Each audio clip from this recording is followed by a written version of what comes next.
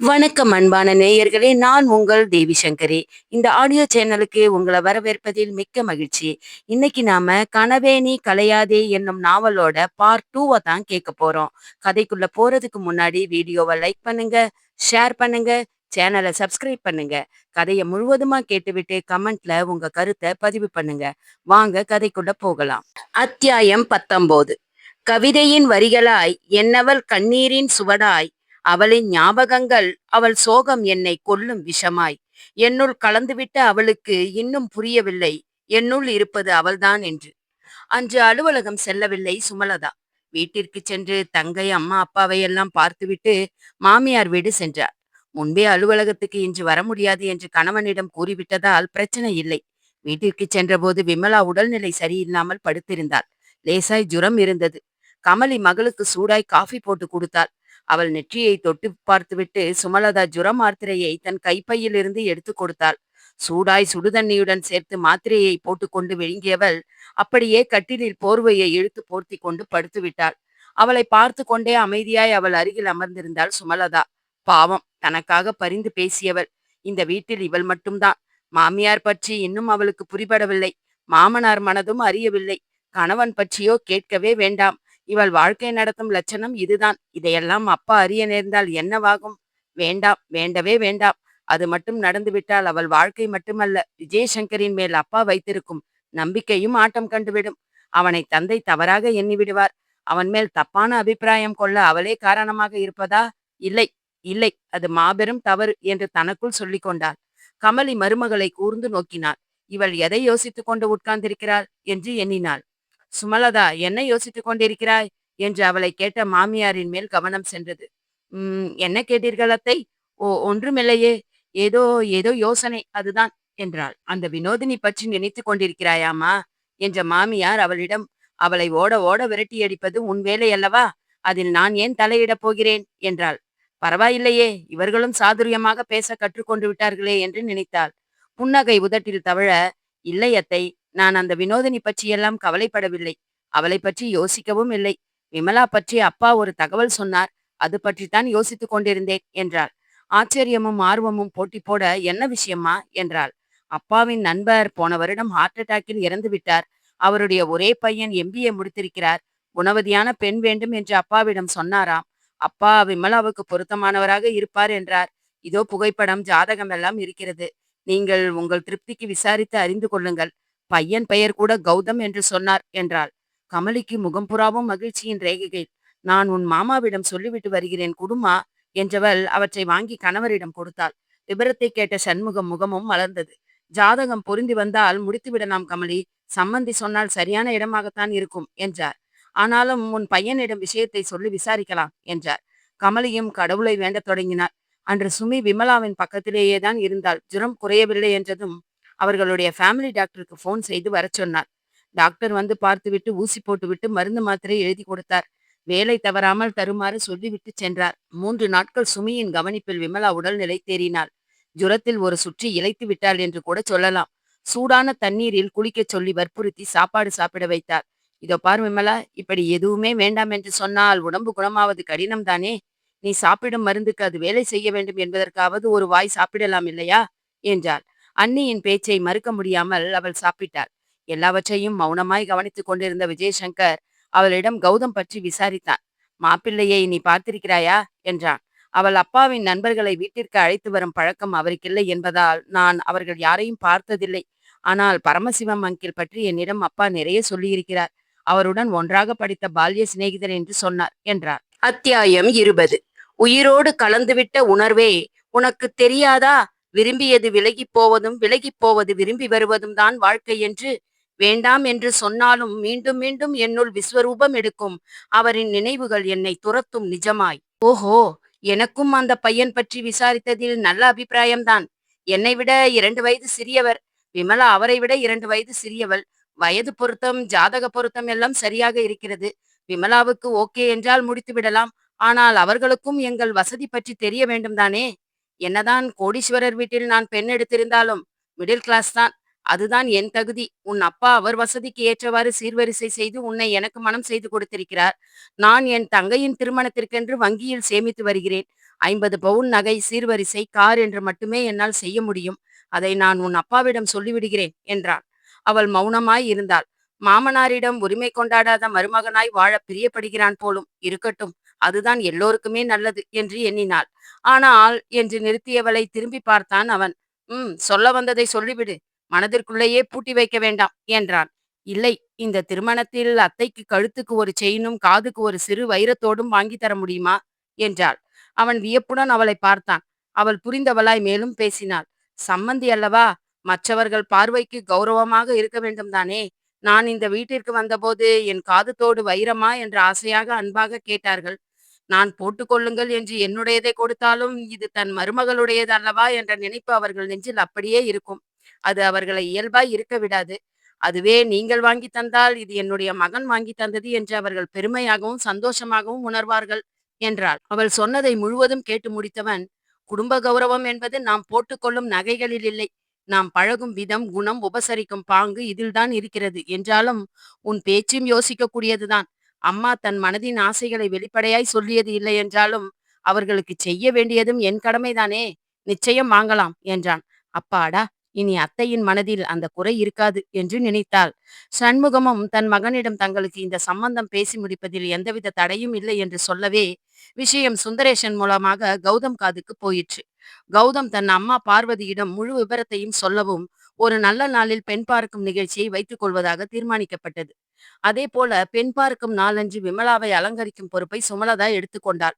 தன் புடவையில் ஒன்றை கட்டிவிட்டு தன் நகைகளை அவளுக்கு போட்டு அழைத்து வந்தவள் விஜயசங்கரின் கண்களுக்கு தேவதையாக தெரிந்தாள். குணத்தால் சுமலதா உயர்ந்து விட்டாள் என்றாலும் அவள் போல் பார்த்து பார்த்து செய்பவர்களும் குறைவுதான் இந்த உலகில் என்று நினைத்தான். எளிமையான காட்டன் புடவையில் கழுத்தில் தாலிச்சரடு, காதில் சிறு தங்கத்தோடு, கைகளில் மெலிதான வளையல் என அவள் அழகு பளீரென அவனை ஈர்த்தது. முதன் முறையாக தங்கையை அலங்கரித்து அழைத்து வரும் தன் மனைவியின் மீது அவன் பார்வை சற்று அழுத்தமாகவே படிந்து மீண்டது. கௌதமுக்கு விமலாவை மிகவும் பிடித்துவிட்டது. அவனும் உயரமாய் நிறமாய் அழகாய் இருந்தான். கணீர் என்ற குரல் அவனுக்கு. பேச்சு வெகு இயல்பாய் இருந்தது. தன் அம்மாவை அன்புடன் பார்த்து கொள்ள வேண்டும் என்ற வேண்டுகோள் தவிர அவனிடம் எந்தவித எதிர்பார்ப்பும் இல்லை. பார்வதிக்கு சந்தோஷம் தாங்கவில்லை. நீதானம்மா என் வீட்டு மருமகள் என்றாள் அவள், தலையில் பூவை வைத்தபடி. அனைவரும் விடைபெற்று சென்ற பிறகு விமலாவிடம் சுமலதா, உனக்கு மாப்பிள்ளையை பிடித்திருக்கிறது அல்லவா என்றாள். பிடித்திருக்கிறது அண்ணி, உங்கள் தேர்வாயிற்றே என்றாள். தப்பு விமலா, இது உன் அண்ணன், அப்பா, அம்மா எல்லோரும் பார்த்து தேர்வு செய்ததுதான். கௌதமை பற்றி விசாரித்து தெரிந்து கொண்டவர்கள் திருப்தி அடைந்த பிறகே இந்த பெண் பார்க்கும் நிகழ்ச்சி என்றாள். எனக்கு தெரியும் அண்ணி, அண்ணன் என்னிடம் எல்லாவற்றையும் சொன்னார். அது மட்டுமல்ல அண்ணி, அண்ணி சொல்வது போல் நடந்து கொள் என்றார். அத்தியாயம் 21. கண்ணாளனே, காத்திருப்புக்கு பிறகு கிடைக்கும் தெளிவுதான் வாழ்க்கையின் வரப்பிரசாதம் என்று அனுபவத்தில் உணர்ந்து கொண்டாலும் உன்னை உணர்ந்து கொண்டவளாய் சொல்கிறேன். உயிராய் இருக்கும் உன்னை கடைசி வரை நெஞ்சில் சுமப்பேன். சுமலதாவுக்கு ஆச்சரியத்தில் விழிகள் விரிந்தது. என்ன சொல்கிறாய் விமலா? உன் அண்ணன் அப்படி சொன்னார்? நம்பவே முடியவில்லையே என்றார். ஏன் அண்ணே அப்படி சொல்கிறீர்கள்? அண்ணன் மிகவும் நல்லவன் தெரியுமா? அந்த வினோதினியை காதலித்தது தவிர அண்ணன் வேறு எந்த தவறும் செய்யவில்லை அண்ணி. ஆனால் பாவம் அண்ணன், தனக்கு எந்த விதத்திலும் அந்த வினோதினி பொருத்தமில்லாதவள் என்பதை எப்போதோ புரிந்து கொண்டிருந்தால் இந்நேரம் அவன் அவளை விட்டு விலகி வந்து இருப்பான். ஆனால் உங்கள் திருமணத்திற்கு பிறகு அண்ணன் அவளை பற்றி தெரிந்து கொண்டார் என்றே நினைக்கிறேன் அண்ணி என்றார். தன் அண்ணன் மேல் இவளுக்கு பாசம் அதிகம் போலும். அதனால்தான் விட்டு கொடுக்காமல் பேசுகிறாள் என்று நினைத்தாள். மெல்ல தனக்குள் சிரித்து கொண்டவளாய், நான் உன்னிடம் ஒன்று கேட்கலாமா விமலா என்றார். சொல்லுங்கள் அண்ணி என்றவளிடம், தயவு செய்து இனி நீ அந்த வினோதினி பற்றி என் எதிரில் பேசாதே. அது எனக்கு பிடிக்கவில்லை. எந்த பெண்ணும் தன் கணவனின் முன்னாள் காதலியின் பேச்சை சகித்து கொள்ள மாட்டாள் என்றவளை, சாரி அண்ணி, என்னை மன்னித்து விடுங்கள். இனி அவள் பேச்சை உங்களிடம் பேச மாட்டேன் என்றாள். இது சரி என்று சிரித்தவாறு அங்கிருந்து அகன்றாள் அவள். விமலாவுக்கும் கௌதமுக்கும் திருமண ஏற்பாடுகள் தடபுடலாய் நடந்து கொண்டிருந்தது. கணவன் தன்னிடம் சொன்ன மிடில் கிளாஸ் பேச்சை பற்றி அவள் தன் தந்தையிடம் சொல்லியிருந்தாள். அப்பா, அவர் சொந்தமாய் தொழில் தொடங்கி முன்னுக்கு வர வேண்டும். அப்போதுதான் அவருக்குள் இருக்கும் அந்த தாழ்வு மனப்பான்மை அகன்று நிம்மதியாக நானும் இருக்க முடியும் என்றாள். சுந்தரேசன் மகளிடம், நானும் சிறுவயதில் அப்படித்தானம்மா இருந்தேன். அதில் தவறொன்றும் இல்லையம்மா, எல்லாம் நான் பார்த்துக் கொள்கிறேன் என்றார் மகளிடம். அப்பாவுக்கு நன்றி சொல்லிவிட்டு தாயிடமும் தங்கைகளிடமும் பேசிக் கொண்டிருந்து விட்டு வீட்டுக்கு விரைந்தாள் சுமலதா.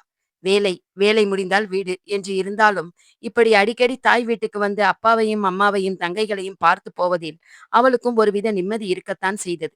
எங்கோ தொலைதூரத்தில் திருமணம் செய்து கொண்டு போயிருந்தால் இதுபோல் நினைத்த நேரத்தில் வந்து பார்க்க முடியுமா என்பது சந்தேகமே.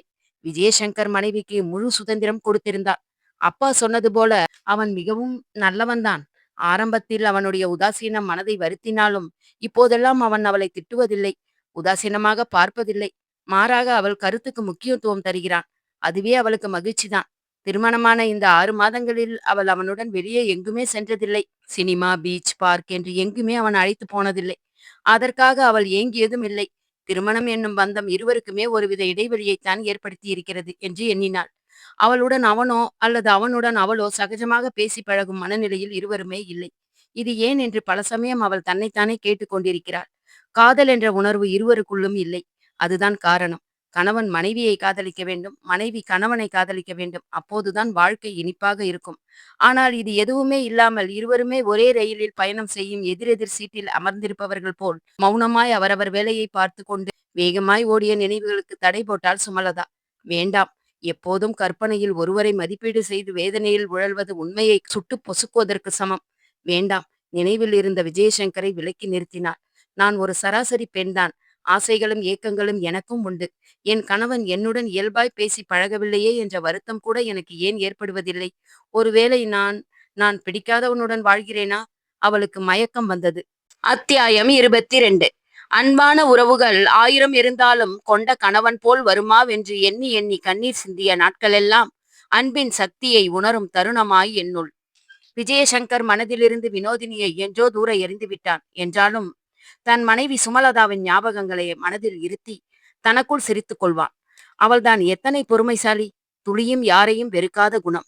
என்ன, கொஞ்சம் பேச்சில் துடுக்குத்தனம் தெரியும், அவ்வளவுதான். தான் அவளை உதாசனப்படுத்தியும் கூட அதை அவள் பொருட்படுத்தாமல் அமைதி காத்தது அவளது குணத்தை இன்னும் உயர்த்தி காட்டியது. இன்னாருக்கு இன்னாரென்று இறைவன் எழுதி வைத்தார் என்பது போல் தனக்கு சுமலதாதான் மனைவியாக வரவேண்டும் என்று இருக்கையில் அதை யாரால் மாற்ற முடியும்? அதுதான் நடந்திருக்கிறது. சுந்தரேசன் தனக்கு நன்மையே செய்திருக்கிறார் என்று நினைத்தான். அவர் மேல் அவனுக்கு மரியாதை கூடியது. மெல்ல மெல்ல விஜயசங்கரின் மனம் சுமலதாவின் மேல் படர்ந்தது. அவனுக்குள் சிறு பெருமையும் கூடியது. தன் மனைவி அழகானவள், படித்தவள், எல்லோரையும் அனுசரித்து செல்லக்கூடியவள் என்றுதான் அது. வினோதினியுடன் ஒப்பிட்டு பார்த்து தன்னையே குட்டிக் கொண்டான். இருவருக்கும் ஏணி வைத்தாலும் குணத்தில் ஒத்து வராது என்பதுதானே உண்மை. ஒருவேளை தான் வினோதினியை மணந்திருந்தால் என்ன ஆகியிருக்கும் தன் குடும்பம் என்று எண்ணினான். சொல்லப்போனால் அவன் வினோதினியை விரும்பினான் என்றாலும் அவளை பற்றி முழுமையாக அறிந்து கொள்ளவில்லைதான்.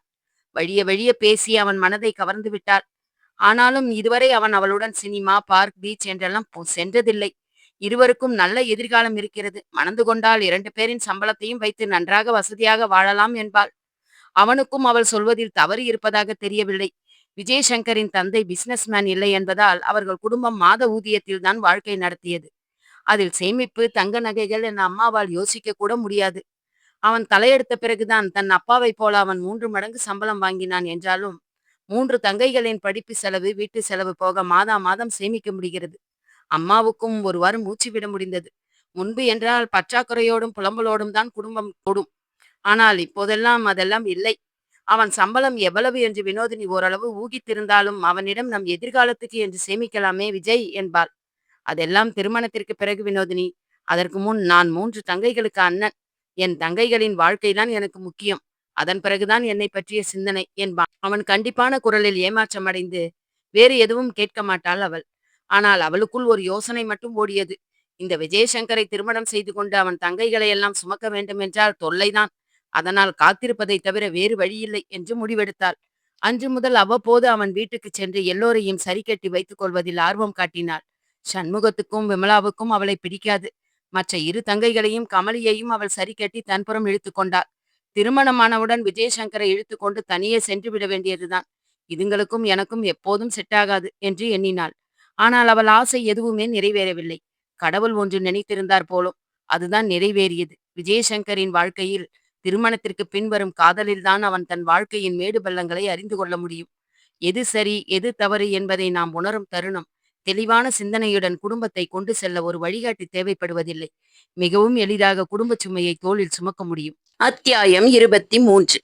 பெண் என்னும் பெருமிதம் என் கையில் வந்தபோது அருமை தெரியாத மூடனாய் இருந்து விட்டேன். அன்பே, உன்னை எண்ணி ஏங்கிய நாட்களெல்லாம் தூக்கம் இழந்தவனாய், துன்பம் தீராதவனாய் இன்னும் விஜயசங்கரும் அப்படித்தான் இருந்தான். இப்போதெல்லாம் அவனுக்கு அம்மா, அப்பா, தங்கைகள் இவர்கள் தேவைகளை அறிந்து நிறைவேற்ற வேண்டும் என்ற எண்ணம் மேலோங்கியது. அதற்கு காரணம் சுமலதா தான். அவள் சொன்னதால் தான் தன் அம்மாவின் மனதில் இருந்த ஆசையை அவனால் நிறைவேற்ற முடிந்தது. மனைவி பற்றிய பெருமிதம் ஒவ்வொரு கணமும் அவனுக்கு வியப்பையே தந்தது. ஆனால் அவள் தன்னிடமிருந்து எதையுமே எதிர்பார்க்கவில்லை என்ற எண்ணம்தான் அவனை சற்று வருத்தமடையச் செய்தது. தான் அவளை நேசிப்பது போல் தன்னை பற்றிய எண்ணம் அவள் மனதில் இருக்குமா என்று எண்ணினான். அது கஷ்டம்தான். வேறு ஒரு பெண்ணை தன் கணவன் காதலித்திருக்கிறான் என்ற எண்ணம் அந்த பெண்ணின் மனதை நிச்சயம் காயப்படுத்தி இருக்கும். ஆனால் அவள் இதுவரை அதை வெளிக்காட்டிக் கொள்ளவில்லையே. மாப்பிள்ளை, நீங்கள் யோசனையாக இருக்கிறீர்களா என்றார் சுந்தரேசன். சட்டென சுய நினைவு பெற்றவனாய் இத்தனை நேரம்தான் சுமலதா பற்றிய நினைவில் மூழ்கி போய் அமர்ந்திருந்ததை எண்ணி தனக்குள் சிரித்து கொண்டான். அதெல்லாம் ஒண்ணுமில்லை மாமா, சொல்லுங்கள் என்றான். அவர் தயங்கினார். அதில்லை தம்பி, நீங்கள் சொந்தமாய் பிசினஸ் செய்ய வேண்டும் என்று நினைப்பதாக என் மகள் சொன்னாள். என்னிடம் பணம் வாங்கினால் மாமனார் சொத்தில் முன்னுக்கு வந்தவன் என்று பலர் பேசுவர் என்கிறாள் என் மகள். அதனால் வங்கியில் உங்களுக்கு லோன் கிடைக்க ஏற்பாடு செய்திருக்கிறேன். பிசினஸ் பற்றிய கொட்டேஷன் விவரங்கள் அனைத்தையும் ரெடி பண்ணிவிட்டால் எளிதாக இருக்குமே என்றார். வியப்புடன் அவரை பார்த்தான். நான் பிசினஸ் செய்ய வேண்டும் என்று ஆசைப்படுவதாக உங்களிடம் யார் சொன்னது மாமா என்றான். உங்கள் மனைவி, அதுதான் என் மகள்தான் சொன்னாள் தம்பி. உங்கள் மனதில் உள்ளதை மறையாமல் என்னிடம் சொன்னால் எனக்கு எந்த வருத்தமும் இல்லை. ஆனால் என்ன, என் கம்பெனியை நிர்வகிக்கும் பொறுப்பைத்தான் நான் யாரிடம் விடுவது என்று தெரியவில்லை என்றார். ஏன் மாமா, சுமலதா இருக்கிறாளே, அவள் படித்தது பிசினஸ் பற்றிய படிப்பு தானே. நிச்சயம் அவள் மேனேஜ் பண்ணுவாளே. ஒருவேளை உங்களுக்கு அதில் விருப்பம் இல்லையா என்றான். அதெல்லாம் இல்லை மாப்பிள்ளை, நீங்கள் என்ன சொல்வீர்களோ என்றுதான் தயங்கினேன். சுமலதா அந்த பொறுப்புக்கு தகுதியானவளும் கூட மாமா. என்னை விட நன்றாகவே நிர்வகிப்பாள் கம்பெனியை, நீங்கள் நம்பலாம் என்றான். நீங்கள் சொல்லிவிட்ட பிறகு மறுப்பேது தம்பி. நிச்சயம் அதுபோல் செய்துவிடலாம் என்றார். பிறகு கொஞ்ச நேரம் அவன் பிசினஸ் பற்றிய விஷயங்களை கேட்டறிந்தார். திடுதிப்பென்று பெரிய அளவில் ஒரு கம்பெனி என்பது என்னளவில் முடியாத காரியம் மாமா. அதைவிட என் நண்பன் மூலம் ஒரு கார்மெண்ட்ஸ் கம்பெனி விலைக்கு வருகிறது. அவற்றை வாங்கி லாபத்தில் ஓட்டிவிட்டால் போதும், கொஞ்சம் நிமிர்ந்து விடலாம் என்றான். அது சரி தம்பி, ஆனால் டெக்ஸ்டைல் பிசினஸ் உலகில் அந்த அளவுக்கு லாபம் பார்க்க முடியாதே என்றார். முடியும் மாமா என்று நம்பிக்கையுடன் பேசியவனை பார்த்து வியந்து நின்றார் அவர். தரமும் டிசைனும் நன்றாக இருந்துவிட்டால் போதும், விலையை பார்க்க மாட்டார்கள் மாமா. அதற்காக நாம் நிறைய விலையிலும் கொடுக்க போவதில்லை. உற்பத்தியை பெருக்கி வாடிக்கையாளர்களை அதிகரிக்க நிறைய யோசனைகள் வைத்திருக்கிறேன் மாமா என்றான் அவன். அத்துடன் கமலி காஸ்பிரைஸ் ஷாப் ஒன்றையும் தொடங்க முடிவு செய்திருக்கிறேன் என்றான் அவன். அதை அப்பா நிர்வாகம் பண்ணுவார். ஏற்பாடுகளை செய்துவிட்டு அப்பாவிடம் ஒப்படைத்து விட்டால் அவர் பார்த்து கொள்வார் என்றான். சுந்தரேசனுக்கு மகிழ்ச்சியாக இருந்தது. தந்தையை கல்லாப்பெட்டியில் உட்கார வைத்து அழகு பார்க்கும் ஒரு நல்ல மகனாய் அவனை உணர்ந்தார். உங்களை கணவராக அடைய என் மகள் கொடுத்து வைத்திருக்க வேண்டும் தம்பி என்றார் அவர். அவரிடம் இதையே நானும் உங்களிடம் சொல்ல வேண்டும் என்று நினைத்திருந்தேன் மாமா என்றான். புன்சிரிப்புடன் அவரிடம், சுமலதா என் தங்கைகளுக்கு எல்லாம் தாயாய் பரிவு காட்டுகிறார். அம்மாவின் மனதில் உள்ள ஆசையை நிறைவேற்றுகிறாள். ஆச்சரியமாக இருக்கிறது மாமா. அவள் குணம், பொறுமை எல்லாம் என்னை கவர்ந்து விட்டது என்றான். அத்தியாயம் 24. காதல் என்பது காலம் உள்ளவரை என்று புரிய வைத்தவளே, உன் கார்கோலிசின் சத்தம் கேட்டு சங்கீதமாய் பாடிய நாட்களெல்லாம் பல உண்டு. எனினும் என்னுள் தோன்றிய கீதமெல்லாம் உன் புன்னகையின் சத்தமாய், சலங்கையொலியாய். சுந்தரேசன் தன் மகளை பற்றி மருமகன் வாயால் கேட்கவும் மனம் மகிழ்ச்சியில் திளைத்தார். என் மகள் மிகவும் நல்லவள், பொறுமைசாலி தம்பி. அவளுக்கு ஏற்றவராய் நீங்கள் இருப்பீர்கள் என்ற என் கணிப்பு தவறவில்லை. இப்போது பாருங்கள், உங்கள் வாயால் என் மகளை பற்றி பெருமையாக கூற கேட்ட பிறகு எனக்கு ரொம்ப சந்தோஷமாக இருக்குது மாப்பிள்ளை. ஒரு தகப்பனுக்கு இதைவிட என்ன வேண்டும் சொல்லுங்கள் என்றார். அவனிடம் விடைபெற்று அவர் சென்று விட்ட பிறகும் வெகுநேரம் அவன் சுமலதா பற்றியே நினைத்திருந்தான். அன்று வேலை முடிந்து இருவரும் ஒன்றாகவே வீடு திரும்பினர். போகும்போது இருவரிடமும் அமைதி. முதலில் அந்த அமைதியை விஜயசங்கர் தான் கலைத்தான். இன்று மாமா என்னிடம் பிசினஸ் தொடங்குவது பற்றி பேசினார் என்றார். ஓ, அப்படியா என்றாள் அவள். ம், நீ கூட என்னை பற்றி கூறினாயாமே, சொந்தமாய் தொழில் செய்து முன்னேற வேண்டும் என்று நினைக்கிறார் என்று. அவள் பதில் சொல்லவில்லை. தேங்க்ஸ் சுமலதா என்றான். அவள் திகைப்புடன் அவனை பார்த்தாள். முதலாக அவள் பெயரை சொல்லி தேங்க்ஸ் சொல்லி இருக்கிறான். அவளுக்கு ஜிவ்வென்று வானத்தில் பறப்பது போல் இருந்தது. மனசு சந்தோஷத்தில் மிதந்தது. என்னால் நிச்சயம் சாதிக்க முடியும் என்ற எண்ணம் எனக்கு நிறைய இருந்தது. ஆனால் பொருளாதார ரீதியான பிரச்சனை தான் என்னை வலுவிழக்கச் செய்துவிட்டது. இப்போது மீண்டும் நான் எழுந்து நின்றிருக்கிறேன். அன்று உன்னிடம் பேசியதிலிருந்து நிறைய யோசித்தேன் தெரியுமா? என் நண்பன் மூலமாக வந்த கார்மெண்ட்ஸை விலை கொடுத்து வாங்கிவிட்டேன். அதில் சில மாற்றங்கள், திருத்தங்கள் செய்ய வேண்டும். அதற்கு சில பல லட்சங்கள் செலவாகும். அதுதான் வங்கி கடனுக்கு யோசித்திருந்தேன். மாமா சரியான நேரத்தில் என்னிடம் பேசினார் என்றான். உங்களுக்கு உதவியாக இருக்க வேண்டும் என்று மட்டுமே அப்பா எண்ணுகிறார். ஆனால் அது மாமனார் பணத்தில் என்றவளை இடைமறித்தான் அவன். வேண்டாம் சுமலதா, அது மட்டும் வேண்டாம். வங்கி லோனுக்கு ஏற்பாடு செய்து தருவதே பெரிய விஷயம். இன்னும் பண உதவி எல்லாம் வேண்டாம். புரிந்து கொள்வாய் என நினைக்கிறேன் என்றான். புரிகிறது என்று மௌனமானாள் அவள். அவளை திரும்பி பார்த்து புன்னகைத்தவன் காரை ஓரமாக நிறுத்தினான். இப்படி அடிக்கடி உன்னை திரும்பி பார்ப்பது கழுத்து வலிக்கிறது. பேசுவதற்கும் கஷ்டமாக இருக்கிறது. உனக்கு ஆட்சேபனை இல்லை என்றால் முன்னால் வந்து என் பக்கத்தில் உட்காரலாமே என்றான். அவளால் பதில் பேச முடியவில்லை. அமைதியாய் அவன் சொன்னபடி முன்னால் வந்து அமர்ந்தாள். மனம் படபடத்தது. அவன் அருகில் அமர்ந்து செல்வது இதுதான் முதல் முறை. கணவன் என்னும் உரிமையுடன் அவன் தோள் சாய்ந்து பேசி சிரிக்கும் பாக்கியமெல்லாம் அவளுக்கு கிட்டப் போகிறதா என்ன? அவள்தான் பிடிக்காத மனைவியாயிற்றே. வினோதினி போல் அவள் என்ன அத்தனை அழகா? மனசுக்குள் அவளை பற்றிய எண்ணம் ஓடியது. ஹோட்டலில் சாப்பிட்டு விட்டு செல்லலாமா சுமலதா என்றான். ம் என்று மௌனமாய் ஒற்றை சொல்லில் பேசியவளை மீண்டும் புன்னகையுடன் ஏறிட்டான் அவன். ஏதாவது விரதம் இருக்கிறாயா என்றான் அவன் திடீரென்று. ஏன் கேட்கிறீர்கள் என்றாள் அவள். இல்லை, எல்லாவற்றிற்கும் ஒற்றை வார்த்தையில் பதில் சொல்கிறாயே, அதுதான் கேட்டேன் என்றான் அவன். அது அது என்று தயங்கி நிறுத்தினாள் அவள். மீண்டும் ஒற்றை வார்த்தையா என்று கடகடவென்று நகைத்தான். அவளால் பதில் பேச முடியவில்லை. மௌனமே அதன் பிறகு அவர்களிடையே நீடித்தது. சாப்பிடும்போது அவளுக்கு பிடித்ததாக பார்த்து அவன் ஆர்டர் பண்ணினான். பரவாயில்லையே, மனைவியின் எண்ணத்திற்கும் மதிப்பு கொடுப்பவனாகத்தான் இருக்கிறான் என்று உள்ளுக்குள் நினைத்தாள். மீண்டும் அவள் மனதில் வினோதினி வந்து நின்றாள். அத்தியாயம் 25. அம்மாவென்று நான் அழைத்த நாட்களெல்லாம் இதோ என் கண்முன்னால் கவிதை வரிகளாய். காலங்கள் மாறினாலும் கண்ணீரின் சுவடுகள் கதைகள் சொன்னாலும் வசந்தத்தின் வளர்பிறை தென்றல் வாயிற்கதவை தட்டும் இந்நேரம் நான் கற்பனையில் இல்லை, நிஜத்தில். பாவம் அவள். விஜயசங்கரை திருமணம் செய்து கொண்டு வாழப்போவதாக கற்பனை செய்திருப்பாள். அதெல்லாம் இடிந்து தரைமட்டமானது எல்லாம் இவளால் தானே. மனசுக்குள் ஒருவித சோகம் குடிகொண்டது. மறந்தும் கூட யாருக்கும் தீங்கு நினையாதவள் சுமலதா. தன் அப்பாவின் விருப்பத்தை ஏற்றுத்தான் அவள் அவனை திருமணம் செய்து கொண்டாள். ஆனால் வினோதினியின் காதல் முன்பே தெரிந்திருந்தால் நிச்சயம் அவள் விஜயசங்கரை திருமணம் செய்து இருக்க மாட்டாள். ஆனால் இப்போது அவள் வாழ்வை கெடுத்த குற்ற உணர்ச்சிக்கு ஆளாகி நிற்பதுதான் மனசுக்கு வருத்தமாக இருந்தது. அவனிடம், நான் உங்களிடம் ஒன்று கேட்க வேண்டும் என்றாள். ம், கேள் என்றான் அவன். இல்லை, வந்து வினோதினியை மறப்பது ரொம்பவும் கஷ்டமாக இருக்கிறதா உங்களுக்கு என்றாள். கார் சட்டென நின்றது. அவனால் பதில் பேச முடியவில்லை. அவன் சடாரென காரை பிரேக் போட்டு நிறுத்தியது அவளுக்குள் ஒரு பதட்டத்தை ஏற்படுத்தி இருந்தது. நான் நான் தவறாக ஏதேனும் கேட்டுவிட்டேனா என்றாள். இல்லை, நீ கேட்டது சரிதான். நான் அவளை மறக்கத்தான் முயற்சித்துக் கொண்டிருக்கிறேன். ஆனால் இப்போது நான் ஒரு பெண்ணின் கணவன். அவளை மனதில் நினைத்து கொண்டு அந்த பெண்ணுக்கு என்னால் துரோகம் செய்ய முடியாது. அதனால் நான் அந்த வினோதினியை நினைப்பதே இல்லை என்றான். அவளுக்குள் மெலிதாய் ஒரு மகிழ்ச்சி ரேகை உள்ளுக்குள் ஓடியது. நீ இனி இதுபோல் அடிக்கடி அவளை பற்றி பேசாமல் இருந்தால் நல்லது. ஏனெனில் என் வாழ்வில் நான் ஏன் அவளை சந்தித்தேன், அவளை காதலித்து தொலைத்தேன், ஆனால் அதற்கெல்லாம் அவள் தகுதியானவள் தானா என்றெல்லாம் யோசித்திருக்கிறேன். அந்த யோசனை என்னை முடக்கி போடுகிறது, சோர்வை தருகிறது. உனக்கு நான் துரோகம் செய்வது போல் ஒருவித பிரம்மை.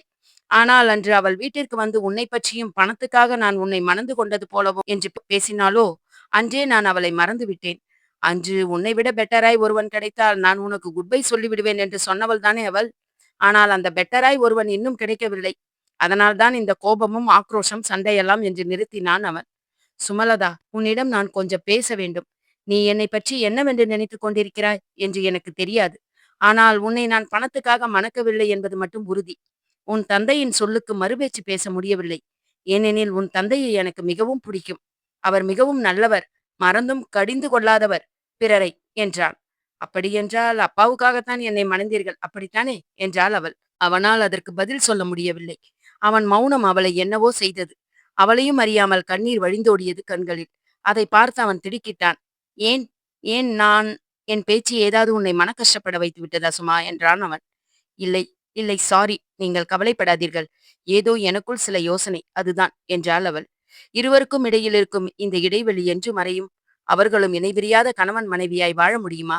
அவள் திருமணமான புதிதில் நிறைய கற்பனைகள் மனம் முழுவதும் ஆக்கிரமித்திருந்தது. ஆனால் அவையெல்லாம் அவன் உதாசீனத்தால் காணாமல் போயிருந்தது.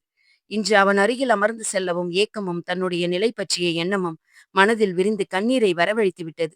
அவளுக்கு அவனை பிடித்திருந்தது. அவன் புன்னகையில் அவள் தன்னை என்றோ இழந்திருந்தாள் என்று சொல்லலாம். அத்தியாயம் 26. வானத்து நட்சத்திரமாய் மின்னும் தேவதைகளின் சகாப்தம் தினம் தினம் தொடரும் என்றாலும் சலிப்பதில்லை.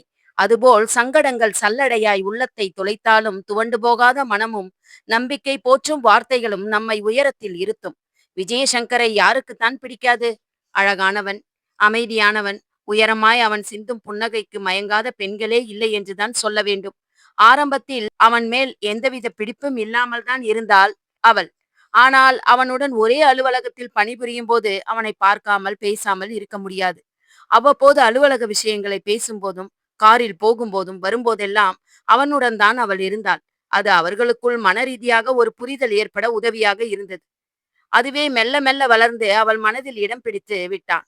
அவனுடைய ஞாபகங்கள் முழுவதும் மனதை ஆக்கிரமித்தவுடன் அவளுக்கு அவன் மேல் பற்றும் அன்பும் தானாகவே ஏற்பட்டு விட்டது. அதை அவனிடமிருந்து அவள் மறைத்தாள். எக்காரணத்தை கொண்டும் அவள் மனம் அவன் மேல் படர்ந்து விட்டது என்பதை அவன் அறியக்கூடாது என்று மிகவும் கவனமாக இருந்தாள். ஆனாலும் அவ்வப்போது அவனை பார்க்கும் போதும் பேசும்போதும் அவள் மனம் அவன் மேல் படர்ந்து விடும். அது தன் கண்களில் பிரதிபலித்து விடாமல் அவள் கவனமாக பார்த்தாள். விஜயசங்கரும் அவளிடம் இதுவரை எதையும் எதிர்பார்க்கவில்லை. அவனுடைய அன்பையும் பாசத்தையும் மொத்தமாக அவன் வினோதினிக்கு தரவில்லை. இன்னும் சொல்லப்போனால் அது காதல் என்று அவனால் ஏற்றுக்கொள்ளவும் முடியவில்லை. உண்மை காதல் என்றால் ஒருவருக்கு மற்றவர் உயிரை விடவும் துணியும் அளவுக்கு உண்மை அன்புடன் இருக்க வேண்டும். ஆனால் அவளோ உன்னை விட பெட்டராய் ஒருவன் கிடைத்தால் அவனை திருமணம் செய்து கொள்வேன் என்று கூறியவள். அவன் சுமலதாவை திருமணம் செய்து கொண்டதை அறிந்து எனக்கு 1,50,00,000 கொடுத்து காதலை முறித்துக் கொள் என்று சொல்கிறார். அவனுக்கு சிரிப்பு தான் வந்தது. மனிதர்களை இந்த பணம் படுத்தும் பாடு இருக்கிறது பாருங்கள், அது மிகவும் வினோதமானது என்று எண்ணினான். ஆமாம், அந்த வினோதினியும் வினோதமானவள்தான். நல்ல வேளை அவள் பிடியில் இவன் சிக்கவில்லை. ஒருவேளை சிக்கி இருந்தால் இந்த குடும்பம் என்ன பாடுபட்டிருக்கும் என்று நினைத்தான். பழைய குப்பைகளை நினைத்து மனம் ஏன் அலட்டிக் கொள்ள வேண்டும் என்று மனசாட்சி சொன்னது. அந்த நினைவுகளை ஒதுக்கினான். மனைவியின் மனதை நேசிக்கத் தொடங்கினான். அவனுக்குள் மகிழ்ச்சியின் ரேகைகள் விஸ்தாரமாய் விரிந்தது. இதுவரை இல்லாத அளவுக்கு அவன் மனம் ரெக்கை விரித்து பறந்தது. அலுவலகத்தில் அவளை அவன் சந்திக்கும் போதெல்லாம் அவனுக்குள் ஒருவித உணர்வு ஆக்கிரமிக்க துவங்கிவிடும். அவள் பார்வையை அவ்வப்போது அவன் உள்வாங்கிக் கொண்டாலும் சமீப காலமாய் அவள் கண்களில் தென்படும் ஒருவித ஏக்கமும் பயமும் கலந்த பார்வையை அவன் கவனிக்க தவறவில்லை. பல சமயம் அவள் கண்கள் அவன் பார்வையை தவிர்க்க எண்ணி வேறுபுறம் திரும்பிக் கொண்டதை அவனும் அறிவான். அவள் மனம் அவனை தேடுவதை அவன் உணர்ந்து கொண்டான் என்றாலும் அதை அவன் வெளிக்காட்டிக் கொள்ளவில்லை. கௌதமுக்கும் விமலாவுக்கும் திருமணம் முடிய இன்னும் 1 வாரம் இருந்தது. இருவருக்கும் நகைகள் எடுக்க துணிகள் வாங்கவென்று வெகு பிஸியாக இருந்தார்கள் இருவரும். கமலியும் சண்முகமும் முழு பொறுப்பையும் மகன் மருமகள் இருவரிடமும் விட்டுவிட்டனர். அவர்களுடன் ஷாப்பிங் போகும்போது இருவருமே மகிழ்ச்சியாய் உணர்ந்தனர். விமலாவுக்கு நகைகள் எடுக்கும்போது விஜயசங்கர் மனைவியிடம் உனக்கு பிடித்தது எதுவும் இருந்தால் எடுத்துக்கொள் சுமி என்றான். அவனது சுமி என்ற அழைப்பில் அப்படியே கிறங்கி போய் நின்றாள் அவள். நான் நான் என்று தடுமாறியவள் தோளை பற்றி அழைத்தான். இதோ பார், இந்த டிசைன் உனக்கு மிகவும் அழகாக இருக்கும் என்று அவன் அவளுக்காக $1 வைத்த செயினை எடுத்து கொடுத்தான். அது அவளுக்கும் பொருத்தமானதாய் மிகவும் அழகாக இருந்தது. முதன் முதலாய் தன் கணவன் தனக்காக வாங்கி தந்தது அவள் மகிழ்ச்சிக்கு அதுவே காரணமாக அமைந்தது. அத்தியாயம் 27. அன்புதான் தாம்பத்தியத்தின் அடிப்படை ஆதாரம் என்பதை உணர்ந்து கொண்டதால் சொல்கிறேன் கண்மணியே, உன் பொறுமைக்கும் காத்திருப்புக்கும் காரணம் என்மேல் நீ கொண்ட காதலும் அன்புமே என்பதை ஆழமாய் உணர்ந்து கொண்டேனடி கொண்டவளே. அவன் வாங்கி தந்ததை அவள் மறுக்கவில்லை. மாறாக வாங்கி கொண்டாள் மகிழ்ச்சியுடன். மனைவியின் முகத்தில் மலர்ச்சியை கண்டதும் அவனுக்குள்ளும் மகிழ்ச்சி பரவலாயிற்று. கௌதம் விமலாவின் காதில் கிசுகிசுத்தான். என்ன விமலா, உன் அண்ணனும் அண்ணியும் ரொமான்ஸ் பண்ணுகிறார்கள். நீ என்னடாவென்றால் இன்னும் என் பக்கம் திரும்ப கூட மாட்டேன் என்கிறாயே என்றான். விமலா அவனிடம் அவர்களுக்கு திருமணமாகிவிட்டது. ஆனால் பாவம், இன்னும் தனித்தனியாகத்தான் இருக்கிறார்கள். நம் திருமண ஏற்பாடுகளில் ஈடுபட்டாலாவது இவர்கள் மனம் மாறாதா என்று நானே கடவுளிடம் வேண்டிக் கொண்டிருக்கிறேன் என்றாள். ஓ, அப்படியா என்றான் கௌதம். ஆனால் விமலா, இருவருக்கும் ஜோடி பொருத்தம் சூப்பர் இல்ல. இருவருமே ஒருவரை ஒருவர் நன்றாக புரிந்து வைத்திருக்கிறார்கள். ஆனால் இந்த இடைவெளிதான் என்னை குழப்புகிறது என்றான் கௌதம். அன்றைய நிகழ்வு மிகவும் இனிமையானதாக இருந்தது சுமலதாவுக்கு. நகைகள் எடுத்தவுடன் கௌதம் தன் காரிலேயே விமலாவை வீட்டில் விட்டு விடுவதாக கூறி அவளை ஏற்றிக்கொண்டான். விஜயசங்கருடன் சுமலதா முன்சீட்டில் அமர்ந்து செல்ல வேண்டியதாயிற்று. எத்தனையோ முறை அவனுடன் காரில் சென்றிருக்கிறாள் தான். ஆனால் இன்று மனம் எங்கோ பறப்பது போல் இருந்தது. ஒருவித பயமும் நடுக்கமும் வியர்த்து கொட்டுவதுமாய் இருந்தது. மனைவியின் வியர்வையைக் கண்டு சிறிய ஃபேனை அவள்புறம் திருப்பினான் அவன். புன்முறுவலுடன் உனக்கு என்ன பிடிக்கும் சுமி என்றான். அவளுக்குத்தான் என்ன பதில் சொல்வது என்று தெரியவில்லை. அவள் மௌனத்தைக் கண்டு அவன் மேலும் சிரித்தான். அந்த செயின் உனக்கு மிகவும் அழகாக இருந்தது. அதை எப்போதும் அணிந்து கொண்டால் நான் இன்னும் மகிழ்ந்து போவேன், செய்வாயா என்றான். அவள் மெதுவாய் சரி என்றாள். சட்டென அவள் புறம் திரும்பியவன் அவள் முகம் வெட்கத்தில் சிவந்து விட்டிருப்பதை அப்போதுதான் கண்டான். அதை மறைத்து அவள் மேலும் குனிந்தாள். புன்னகைத்தபடியே காரை வேகமாக ஓட்டினான் அவன். அன்றிரவு அவர்கள் இரவு உணவை முடித்துவிட்டு தங்கள் அறைக்கு உறங்கச் சென்றார்கள். குட் நைட் சொல்லிவிட்டு அவன் அறையில் இருந்த மற்றொரு அறையான தன்னுடைய அறைக்கு அவள் செல்ல முற்படுகையில் அவன் குரல் தடுத்தது. சுமி என்ற அழைப்பில் அப்படியே நின்றாள் அவள். மனம் திக் திக்கென அடித்துக் கொண்டது. என்ன சொல்லப் போகிறான்? நீ நீ அங்குதான் உறங்க வேண்டுமா? என்ன? என்றவன், நீயும் நானும் கணவன் மனைவி சுமி. எதற்கு நமக்குள் இந்த இடைவெளி? என்றவனை கண்ணில் நீருடன் பார்த்தாள் அவள். இதை சொன்னது நீங்கள்தான். உங்கள் மனதில் வினோதினி இருந்தபோது இடைவெளி தேவைப்பட்டது. ஆனால் இப்போது அவள் இல்லை. அதனால் இந்த பேச்சு. அப்படித்தானே? என்றாள் மெதுவாக. அவனுக்கு மட்டும் கேட்கும் குரலில். நானும் பெண்தான். உணர்ச்சிகளை துடைத்தவள் இல்லை. மரக்கட்டையும் இல்லை. புரிந்து கொள்ளுங்கள் என்றாள்.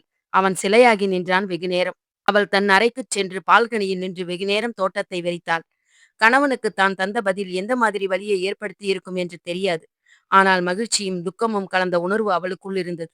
கண்ணீரும் வந்தது. சுமி என்ற அவன் அழைப்பு கேட்டு திடுக்கிட்டு திரும்பினாள் அவள். அவன் மனைவியின் அருகில் வந்து தோள் தொட்டு தன்புறம் திருப்பினான். சாரி சாரி சுமி, என்னை மன்னிப்பாயா?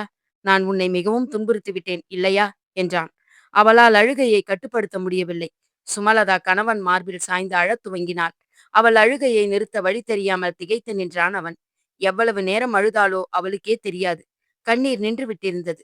தான் அவன் தோளில் முகம் புதைத்து நிற்பது அப்போதுதான் உரைக்க சட்டென விலகி சாரி என்றாள். ஏன் என்ற கேள்வியுடன் அவளை தன்னோடு சேர்த்தனைத்தான் அவன். அத்தியாயம் 28. காத்திருந்தாயே கண்மணியே, காலமெல்லாம் கண்ணீரில் கரைய விட்டேனடி. உன்னை உயிராய் எண்ணிய எனக்குள் இருந்தது நீ என்று உணர்ந்து கொண்டதால் சொல்கிறேன் அன்பே. ஆயுள் உள்ளவரை உன்னை நினைத்திருப்பேன். கணவனின் அணைப்புக்குள் அடங்கி போனாள் சுமலதா. நிலா இருவரின் நிலை கண்டு மேகத்துக்குள் தன் முகத்தை வெட்கப்பட்டு மறைத்து கொண்டது. அன்றைய இரவு அவர்கள் இருவருக்கும் உறங்காத இரவாய் கழிந்தது. விடிந்து வெகுநேரமாகியும் உறங்கும் மகனை ஆச்சரியத்துடன் பார்த்தாள் கமலி. என்ன சுமலதா, இவன் இவ்வளவு நேரம் உறங்குபவன் இல்லையே, புதிதாக இருக்கிறதே, உடம்பு கிடம்பு சரியில்லையா என்றாள் கமலி. சுமலதா என்னவென்று சொல்லுவாள்? அவளால் பதில் சொல்ல முடியவில்லை. அது அது ஒன்றுமில்லை அத்தை, நேற்று ஷாப்பிங் செய்தது ரொம்பவும் வசதியாக இருக்கிறது என்று நேற்று சொன்னார் என்றாள். ஓ அப்படியா, இருக்கும் இருக்கும், ரொம்ப நேரம் ஆயிற்றல்லவா என்றவள் மருமகளிடம், சுமலதா உனக்கு ரொம்பவும் நன்றிமா, அவனிடம் நீதான் சொல்லி இருப்பாய் என்று தெரியும். அந்த வைரக்கம்மல் டிசைன் செலக்ஷன் சூப்பர், உன்னுடையது தானே என்றாள். புன்னகையுடன் ஆமாம் என்றாள் அவள். உங்கள் மனதில் உள்ள ஆசையை இனி மறைக்காதீர்கள் அத்தை. உங்கள் மகனிடம் உடனுக்குடன் சொல்லிவிடுங்கள். நான் சொல்லி அவர் கேட்டால் தன் அம்மா தன்னிடம் மனம் விட்டு பேச மாட்டேன் என்று இருக்கிறாரோ என்று எண்ணி விடுவார் என்றார். ஆமாம் ஆமாம், நீ சொல்வது சரிதான் சுமி. இனி நான் என் மனதில் தோன்றுவதை அவனிடம் கேட்டு விடுகிறேன் என்றாள் அவள். அவள் முகத்துக்கு அந்த வைரக்கம்மல் மிகவும் அழகாகவே இருந்தது. கணவனை எழுப்பி காஃபி கொடுக்க வேண்டும். தயங்கி தயங்கி தான் உள்ளே சென்றாள். அவன் அப்போதுதான் கட்டிலில் எழுந்து உட்கார்ந்து சோம்பல் முறித்தான். டெலிபோன் வரவே இவளை ஓரக்கண்ணால் பார்த்தபடி பேச ஆரம்பித்தான். சொல்லுங்கள் மாமா என்றவன் சிறிது நேர மௌனத்துக்கு பின், இன்று அலுவலகத்துக்கு என்னால் வர முடியாது மாமா, லீவு சொல்லத்தான் நினைத்திருந்தேன். ஆமாம், சுமியும் லீவு தான். ஒன்றுமில்லை, வீட்டில் சில முக்கியமான வேலைகளை முடிக்க வேண்டியிருக்கிறது, அதுதான் என்றவன். சரி மாமா, நான் பிறகு போன் பேசுகிறேன் என்று போனை வைத்து விட்டான். அவள் தந்த சூடான காஃபியை வாங்கி பருகியவன், இன்று அதிக நேரம் உறங்கி விட்டிருக்கிறேன் என்றான் மனைவியை பார்த்து கண்ணடித்தபடியே. காலை டிஃபன் ரெடி, குளித்துவிட்டு வாருங்கள் என்று சொல்லி சென்றவளை புன்னகையுடன் பார்த்து கொண்டிருந்தான் சில கணங்கள். இவள் என் மனைவி, என் அழகு தேவதை. இந்த தேவதையை இத்தனை நாட்களாக அழ வைத்திருக்கிறேனே, நான் மனுஷனா இல்லை மிருகமா என்று தன்னை நினைத்தே வெட்கினான். குளித்து ரெடியாகி சாமி கும்பிட்டு விட்டு காலை டிஃபனை முடித்தபோது விமலாவும் சுமலதாவும் ரெடியாகி நின்றனர். எங்கே என்று கேட்டவனிடம், புடவைகள் வாங்க வேண்டாமா திருமணத்திற்கு? நம் வீட்டு மனிதர்கள் எல்லோருக்கும் என்ற மனைவியை உற்று நோக்கினான். வெட்கத்தில் சிவந்திருந்த அவள் முகம் இன்னும் அழகு கூடி தெரிந்தது. அவர்கள் மகிழ்ச்சிக்கு முட்டுக்கட்டை போட விரும்பாதவனாய் கடைக்கு சென்று வீட்டில் உள்ள எல்லோருக்கும் புது துணிகள் எடுத்தான். மாமனார் மைத்துணிகள் இருவருக்கும் மாமியாருக்கும் புது துணி எடுக்கையில் சுமலதா கணவனிடம், ரொம்ப ரொம்ப தேங்க்ஸ்ங்க என்றார். இது என் கடமை சுமி என்றவனிடம் அவள் வேறு எதுவும் பேசவில்லை. எத்தனை அன்பாக இருக்கிறான்! பிரியமாக அவன் வாங்கித் தரும் ஒவ்வொரு பொருளும் அவளுக்குள் அவனுடைய நினைவை பல மடங்கு பெருக்கி விடுகிறதே. கண்ணுக்குள் இமையாயிருக்கும் அவன் நினைவை சுமந்தபடி, சுகமான உணர்வுடன் சுந்தர தமிழை பேசியபடி அவனுடன் தினசரி வார்த்தைகளால் மல்லு கட்டி மகிழ்ந்தாள். அவள் பேச்சுக்கு சரியான பேச்சையும் பதிலையும் தர முடியாமல், ஏய் உன்னை என்று செல்லமாய் அவள் தலையில் குட்டுவான் அவன். நாட்கள் ஒவ்வொரு நாளும் இன்பமயமாய் நகர்ந்தது. இதோ அதோ என்றிருந்த விமலாவின் திருமண நாளும் வந்துவிட்டது. அன்று அவர்கள் வீடே விழாக்கோலம் கண்டு விட்டிருந்தது. கணவன் பார்வை தன் மீது படிவதை கண்டும் காணாதது போல் இருந்தாள் அவள். அத்தியாயம் 29. அன்பே, உன்னை காணும் போதெல்லாம் நான் என்னை மறந்தவனாகிறேன். உன்னை கண்டும் காணாமல் இருந்த நாட்களெல்லாம் பாலைவனமாய் இப்போது தெரிகிறது. காரணம், நீ சோலைவனமாகி விட்டாய் என்னுள் என்பதால். சுமலதா நல்ல சிவப்பு நிறம். அவள் கட்டியிருந்த நீல கலர் புடவை அவளுக்கு மிகவும் எடுப்பாய் அழகாய் இருந்தது. அவன் வாங்கி தந்த தங்கச் சங்கிலியும் காது தோடும் கூடுதல் அழகை தந்தது என்றால் மிகையில்லை. அதனால்தான் அவன் மனைவியை அவ்வப்போது பார்வையால் விழுங்கிக் கொண்டிருந்தான். திருமணத்திற்கு வினோதினியும் வந்திருந்தாள்.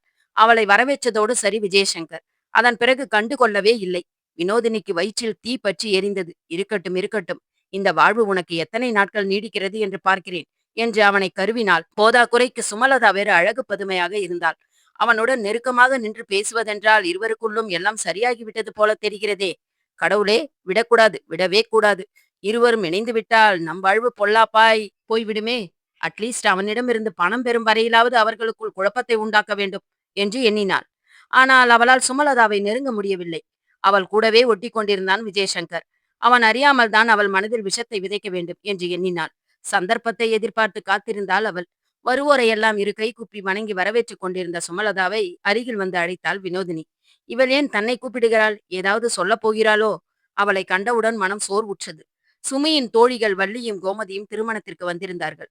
வினோதினியை கண்டதும், யாரடி இவள்? உன்னிடம் பேச வேண்டும் என்கிறாள், உனக்கு தெரிந்தவளா என்றாள் கோமதி. அவளிடம் என்னவென்று சொல்லுவாள்? தன் கணவனின் முன்னாள் காதலி என்றா? மானம் போய்விடாதா என்ன? அத்துடன் இந்த விஷயம் தன் அப்பா அம்மா தங்கைகளுக்கு எல்லாம் தெரிந்தால் கணவனின் கௌரவம் என்னவாவது?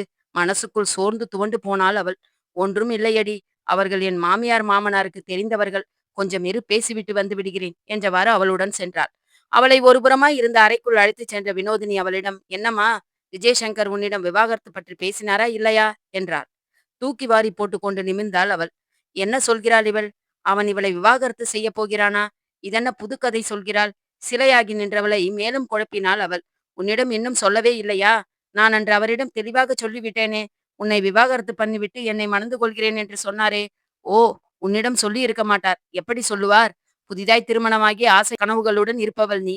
உன்னை திரும்பியும் பாராத கணவனை கண்டு நீ அதிர்ந்துதான் போயிருப்பாய் என்றாள் அவள் பீடிகையுடன். அவள் சொல்வதில் உண்மை இருக்கிறதா இல்லையா என்றெல்லாம் சுமலதா யோசிக்கவில்லை. கண்ணில் நீர் திரண்டது. திடீரென்று அவனுக்கு தன்மேல் கரிசனமும் அன்பும் ஏற்பட இதுதான் காரணமா என்று எண்ணினாள். மனசுக்குள் ஒரு போராட்டமே நிகழ்ந்து கொண்டிருந்தது. அவளிடம், நீங்கள் விரும்பியது போல், ஏன் அவர் விரும்பியது போலவே எல்லாமும் நடக்கும் என்று விட்டு சென்று விட்டார் அவள். வினோதினியின் முகத்தில் ஒரு குரூர திருப்தி தெரிந்தது. அத்தியாயம் 30. உள்ளத்தில் உன்னை வைத்தேன், உயிராய் எண்ணி உவகை கொண்டேன். உண்மையென்று எண்ணியிருந்த வேளையில் இடியாய் இறங்கிய செய்தி சிந்தையை சிதறச் செய்தது. ஏனென்று அறியாமல் உள்ளம் ஊமையாய் அழுகிறதே, அதை நீயும் அறிவாயோ? அந்த செய்தியை கேள்விப்பட்டதிலிருந்து சுமலதாவின் கண்களில் கண்ணீர் சுரந்து கொண்டே இருந்தது. என்னம்மா, என்ன ஆயிற்று உனக்கு என்று கேட்ட அப்பாவிடமும் அம்மாவிடமும், இல்லைம்மா, என்னமோ தெரியல, கண்ணுல தூசு விழுந்துட்டது என்று பேசினாள் அவள். மகளின் சமாளிப்பு பேச்சை உண்மை என்று நம்பிய அவர்கள் முகத்தை கழுவி கண்டு ஓய்வு எடுத்துக்கொண்டு வாமா, ஒரு 10 நிமிடம் நான் இங்கிருந்து கொண்டு சமாளிக்கிறேன் என்றாள் அம்மா.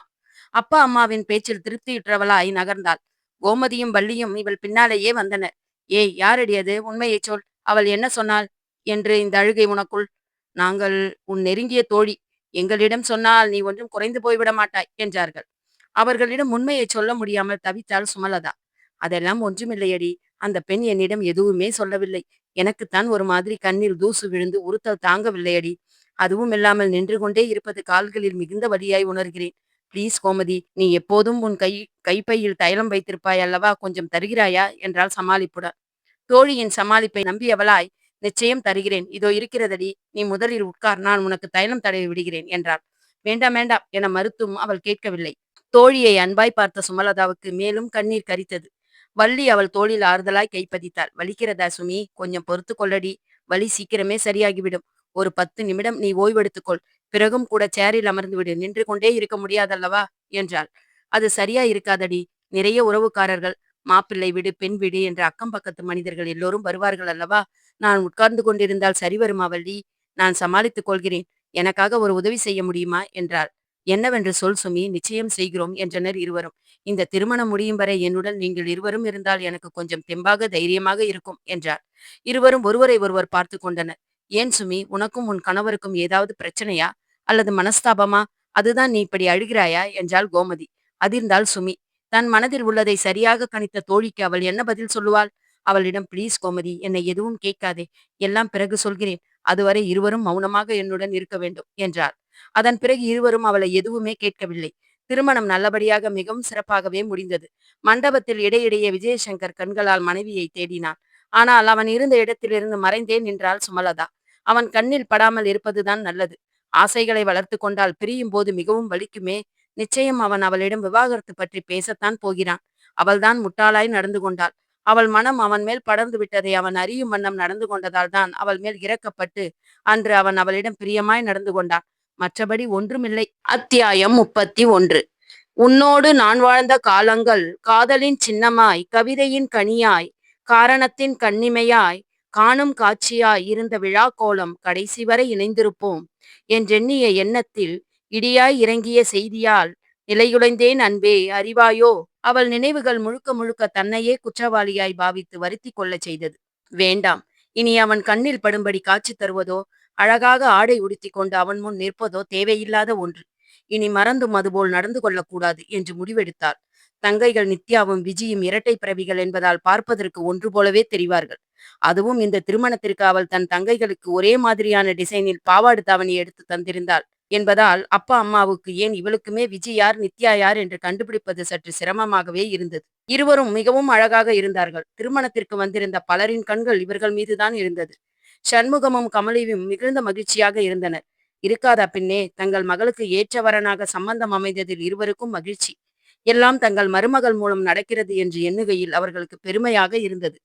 கமலி தங்கள் வீட்டு உறவுக்கார பெண்ணிடம், என் மருமகள் சுமலதா சொக்க தங்கம் தெரியுமா, அவள் மிகவும் அதிர்ஷ்டம் கூட. அவள் வந்த நேரம் எங்கள் வீட்டில் விமலாவின் திருமணம் கூடி வந்து விட்டது. எல்லாம் எங்க வீட்டு மகாலட்சுமி வந்த நேரம்தான் என்று பேசிக் கொண்டிருந்தார். அதை கேட்டுக்கொண்டே வந்த விஜயசங்கர் மீண்டும் மனைவியை கண்களால் தேடினான். ஆனால் அவன் கண்களில் அவள் தென்படவே இல்லை. எங்கு போனாள் இவள் என்று யோசித்தவாறே அவள் தங்கைகளிடம், சுமி எங்கே என்று தெரியுமா நித்யா என்றான். மாமா, அக்கா உங்களுக்கு கண்ணாமூச்சி காட்டுகிறாளா என்ன? அதுதான் நீங்கள் அக்காவை தேடிக் கொண்டிருக்கிறீர்களா? உங்கள் விளையாட்டுக்கு நான் வரலைப்பா என்றாள் விஜி. அவன் சின்ன சிரிப்புடன் அங்கிருந்து சென்றான். கேலியும் கிண்டலுமாய் அனைவரும் மகிழ்ச்சியாய் இருக்கும் தருணம் இது. இவள் மட்டும் எங்கே போனாள்? அவன் கண்கள் அவளை தேடிக்கொண்டே இருக்கையில் அவன் எதிர்பார்க்காத வண்ணம் அவன் எதிரில் வந்து நின்றாள் வினோதினி. என்ன விஜய், என்னைத்தானே தேடுகிறீர்கள் என்றவளை முறைத்தான் அவன்.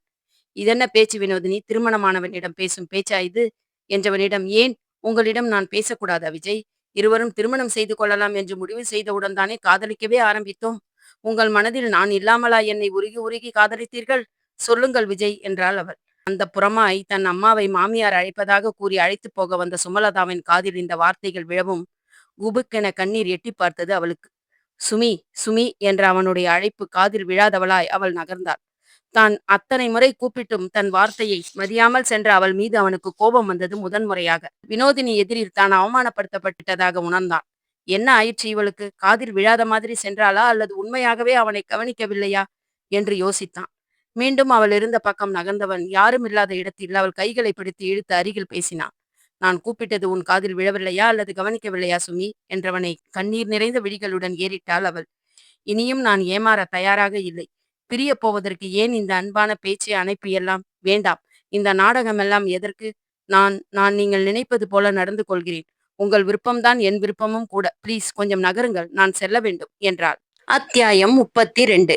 கண்ணுக்குள் 100 நிலவு, காதலுக்கும் 1000 கனவுகள். ஆனால் நேசம் என்பது நிஜமானதாய் இருந்தால் நித்திரையும் சுகமாகுமே. கட்டியவளின் கண்ணீர் சந்தேகத்தீயால் விளைந்ததென்றால் விழியும் நனையுமே கண்ணீரின் கரிப்புடன். விஜயசங்கர் அதிர்ச்சியுடன் அவளுக்கு வழிவிட்டு விலகி நின்றான். இவள் என்ன சொல்கிறாள்? எதுவும் புரியவில்லையே. நான் நடிக்கிறேன் என்று வேறு சொல்கிறாள். என்ன ஆயிற்று இவளுக்கு என்று குழம்பினான். இல்லை, இது கவனிக்க வேண்டிய விஷயம்தான் என்று மனசுக்குள் சொல்லிக் கொண்டான். திருமணம் நல்லபடியாக முடிந்து பெண்ணும் மாப்பிள்ளையும் அவர்கள் வீட்டிற்கு சென்று விட்டிருந்தனர். கௌதமின் அம்மா எங்கள் வீட்டில்தான் சடங்கு நடக்க வேண்டும் என்று சொல்லிவிட்டதால் இவர்களால் வேறு எதுவும் பேச முடியவில்லை. அன்றைய இரவின் தனிமையில் அவன் சுமலதாவிடம் பேச முற்பட்டான். ஆனால் அவள் பேசாமல் விலகிச் சென்றது மனதை ரணமாக்கியது. இருக்கட்டும், இந்த அறைக்குள் வந்துதானே தீர வேண்டும் என்று எண்ணினான்.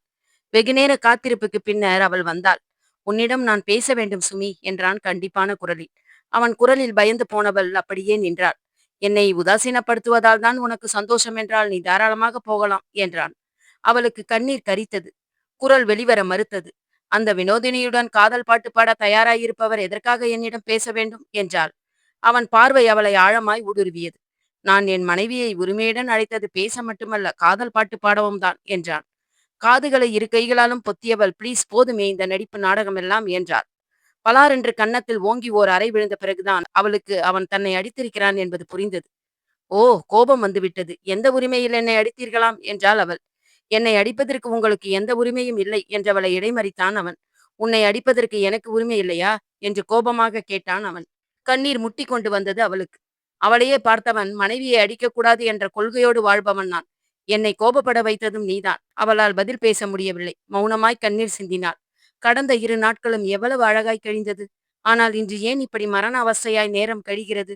வெகுநேரம் அவள் உறங்காமல் அழுது கொண்டே இருந்தாள். அவனும் உறங்கவில்லை. அவள் அழுகையை அவன் சமாதானம் செய்யவும் முயற்சிக்கவில்லை. அழுது அழுது தோர்த்து போனவளாய் அவள் உறங்கிப் போனாள். அவளை தூக்கி வந்து கட்டிலில் கிடத்தி போர்வையை போர்த்து விட்டான். வெளியில் மழை பெய்து கொண்டிருந்தது. அழுதழுது கண்ணீர் வற்றி போயிருந்த மனைவியின் கண்கள் அவனுக்குள் ஆழ்ந்த யோசனையை கிளறிவிட்டது. 2 நாட்களாய் மிகவும் சந்தோஷமாகத்தானே இருந்தாள். திடீரென்று ஏன் இப்படி பேச்சில் மாற்றம்? அவனுக்கு புரியவில்லை. தான் நடிக்கிறோம் என்று எண்ணுகிறாள் என்றால், ஒருவேளை இது வினோதினியின் வேலையாக இருக்குமோ? சந்தேகமே இல்லை. இது நிச்சயம் அவள் வேலையாகத்தான் இருக்கும். ஆனால் அன்று நான் அவளிடம் அத்தனை தடவை சொல்லியும் என் மேல் என்ன சந்தேகம்? தெளிவாய் அவளிடம் சொல்லித்தானே அன்று. அதற்கு மேல் அவனால் சிந்திக்க முடியவில்லை. கணவன் மேல் சந்தேகப்படும் சராசரி பெண்தானா சுமலதா? கேள்வி விஸ்வரூபம் எடுத்தது அவனுக்குள். அத்தியாயம் 33. உன்னோடு நான் சேர்ந்த நாட்களெல்லாம் சோலையின் குளிர் தென்றலாய் உணர்ந்தேனடி. உயிராய் எண்ணிய உன்னை உள்ளத்தில் வைத்து பூஜிக்கத் தொடங்கிய நாட்களெல்லாம் ஆனந்தத்தின் இருப்பிடமாய், அன்பின் நிதர்சனமாய். மறுநாள் வழக்கம் போல் விடிந்தாலும் சுமலதாவுக்கு மட்டும் அது மிகவும் கடினமான நாளாகவே இருந்தது. இனியும் இந்த வீட்டில் நான் இருந்தாகத்தான் வேண்டுமா? இல்லை, இதற்கு மேலும் நான் இங்கிருந்தால் தினசரி அவன் முகத்தில் நான் விழிக்க நேரிடும். அது அவளுக்கு நரக வேதனையாக அல்லவா இருக்கும்? இல்லை, அவனிடம் நேரடியாக சொல்லிவிடுவதுதான் நல்லது என்று எண்ணினாள். நான் நான் உங்களிடம் சற்று பேச வேண்டும் என்றவளை, சொல் என்றான் அவன். எனக்கு எனக்கு உங்களிடம் இருந்து விவாகரத்து வேண்டும். இது இது நான் ஆழ்ந்து யோசித்து எடுத்த முடிவுதான். என் முடிவில் எந்த மாற்றமும் இல்லை என்றாள். அவன் அவளிடம், முடிவு செய்து விட்டாய் என்பது புரிகிறது. ஆனால் என்றவன், சரி, நீ உன் வீட்டிற்கு கிளம்பு. உன்னை உன் வீட்டில் விட்டுவிட்டு நீ கேட்டதற்கு ஏற்பாடு செய்கிறேன். உன் மனதில் இருப்பதை இப்போதாவது வெளிப்படையாக சொன்னாயே, மிகவும் நன்றி என்றான். அவன் வார்த்தைகளில் எல்லையில்லாத விரக்தியும் சோகமும் இருந்ததை அவள் கண்டாள். எல்லாம் கொஞ்ச நாட்கள்தான். வினோதினியை அவன் மணந்து கொண்ட பிறகு எல்லாம் மாறிவிடும். எனக்காக அவன் எதையும் தியாகம் செய்ய வேண்டியதில்லை என்று எண்ணினாள். அவன் அவளிடம், விவாகரத்து கிடைக்க இன்னும் கொஞ்ச நாட்கள் ஆகலாம். அதுவரை நீ இங்கிருக்க தேவையில்லை. நான் என் பெற்றோரிடம் சொல்லிவிடுகிறேன் என்றான். என்றாவது ஒரு நாள் அவளை பெற்றவர்களுக்கும் இது தெரிந்துதானே ஆக வேண்டும். அப்பாவிடம் பொறுமையாக சொல்லிக் கொள்ளலாம் என்று எண்ணினாள். என்னடா, ஏன் சுமி அவள் வீட்டுக்கு போக வேண்டும் என்கிறாள் என்ற தாய்க்கு, இனி அவள் அங்குதான் இருக்கப் போகிறாள். இருவருக்கும் விவாகரத்து கிடைத்து விட்டால் அவள் நிரந்தரமாக அங்குதானே இருந்தாக வேண்டும். அதுதான் இப்போதே போகிறாள். இனி அவள் இங்கு இருக்க மாட்டாள். பழகிக் கொள்ளுங்கள் அம்மா என்றான். கமலியும் சண்முகமும் அதிர்ச்சியுடன் சிலையாகி நின்றனர். இரு தங்கைகளும் ஒருவரை ஒருவர் பார்த்து கொண்டனர். எதுவும் சொல்லாமல் அவளை அழைத்து கொண்டு அவள் வீட்டுக்கு சென்றான் விஜயசங்கர். அவள் வீட்டில், என்னம்மா பிள்ளை திடீரென்று என்று கேட்ட மாமனாரிடம், உங்கள் பெண்ணுக்கு என்னை பிடிக்கவில்லையாம் மாமா, வாழவும் விருப்பமில்லையாம். அதனால் விவாகரத்து கேட்கிறாள். அதுதான், இனியும் அவள் ஏன் அங்கு இருக்க வேண்டும் என்று இங்கு அழைத்து வந்து விட்டேன். அவள் விருப்பம் போல் நடக்கட்டும் மாமா. நீங்கள் எதுவும் அவளை கட்டாயப்படுத்த வேண்டாம். கட்டாயத்தால் வரும் அன்பு நிலைக்காது. நான் நான் வருகிறேன் என்று விட்டு போய்விட்டாள். சுந்தரேசன் மகளை பார்த்தார். அவள் தலை குனிந்து நின்றாள். உன் விருப்பம் கேளாமல் அப்பா தவறு செய்து விட்டேனா அம்மா என்றார் அழுகையுடன். ஐயோ அப்பா, அப்படி எதுவும் இல்லை. நீங்கள் எப்போதும் எனக்கு கெடுதல் நினைத்ததில்லையே. நான் அப்படியெல்லாம் நினைக்கவில்லை அப்பா என்றாள். பிறகு பிறகு ஏன் அம்மா என்றவரிடம், ப்ளீஸ் பா, என்னிடம் இப்போது எதுவும் கேட்க வேண்டாம். நான் நான் மனசு ஒடிஞ்சு போய் வந்திருக்கேன். பிறகு சொல்கிறேனப்பா எல்லாவற்றையும். ஆனால் முழுவதையும் கேட்ட பிறகு நீங்கள் அவரை தப்பாக நினைக்க கூடாது. ஏனென்றால் அவர் அவர் மிகவும் நல்லவர்ப்பா என்றாள். மகளை புரியாத குழப்பத்துடன் பார்த்தார் சுந்தரேசன். இவள் என்ன சொல்ல வருகிறாள்? மாப்பிள்ளையை மிகவும் நல்லவர் என்கிறாள். பிறகு ஏன் விவாகரத்து வேண்டும் என்கிறாள்? இதை மாப்பிள்ளையிடமே கேட்டால் என்ன? இல்லை இல்லை, அது அவ்வளவு மரியாதையாக இருக்காது என்று எண்ணினார். அவர் இந்த மனவேதனையிலேயே அன்று அலுவலகத்துக்கு போகவில்லை. அப்பாவின் கவலை தன்னால் தான் என்று புரிந்தபோது அவளுக்கும் லேசாய் வலித்தது. ஆனால் கணவன் மகிழ்ச்சிதானே அவளுக்கு முக்கியம். தாங்கித்தான் ஆக வேண்டும் என்று எண்ணினாள். அத்தியாயம் 34. அன்பே, உன்னை கண்ட நாள் முதலாய் காணும் காட்சியெல்லாம் நீயாகி போனாய். என்றாலும் காதல் கணவனாய் காலம் உள்ளவரை இணைந்திருக்க எண்ணியவனை ஏங்கச் செய்து விட்டாயே. என்னவளே, ஏற்குமா நெஞ்சம் விலகி இருக்க? வினோதினிக்கு அன்று மனம் புறாவும் மகிழ்ச்சி பரவி கிடந்தது. அவனை பழிவாங்கி விட்டேன். என்னை காதலித்தவன் திடீரென்று கோடீஸ்வரனின் மருமகனாகிவிட்டால் விட்டு விடுவேனா என்ன? அதுதான், உன்னை பழிவாங்கி விட்டேன். உன் மனைவியின் மனதில் தீயை வைத்தவள் நான் தான் விஜயசங்கர். எங்கு அடித்தால் எங்கு வலிக்கும் என்று தெரியாதவளா நான் என்று தனக்குள் சொல்லிக் கொண்டாள். அதே உற்சாகத்துடன் அவள் நேராய் சென்றது அவனுடைய அலுவலகத்துக்குத்தான். "என்ன விஜய், உன் மனைவியை விவாகரத்து செய்யப் போவதாக கேள்விப்பட்டேனே" என்றாள். "யார் சொன்னது உனக்கு?" என்றவனிடம், "ஏன், உன் மனைவி சுமிதான் சொன்னாள். அவள் எனக்கு நெருங்கிய தோழியும் கூட. உன் மகிழ்ச்சியில் அவளுக்கு எத்தனை அக்கறை பார். நீ காதலித்தவளுடன் சந்தோஷமாக வாழ வேண்டும் என்றுதான் இந்த முடிவு எடுத்திருப்பாள் போலும்" என்றாள். "என் மகிழ்ச்சி என் மனைவியுடன் வாழ்வதில்தான் வினோதினி, உன்னுடன் இல்லை" என்றான். "நீ பேசுவதை அளந்து பேசினால் உனக்கும் எனக்கும் நல்லது. ஏனெனில் நான் சுமலதாவின் கணவன், ஞாபகம் இருக்கட்டும்" என்றான். "தெரியும் விஜய். இதோ பார், அதுதான் கோர்ட்டுக்கு அதுதான் கோர்ட்டுக்கு வரப்போகிறதே. சுமி உன்னை விவாகரத்து செய்வதில் உறுதியாக இருக்கிறாள்" என்றாள்.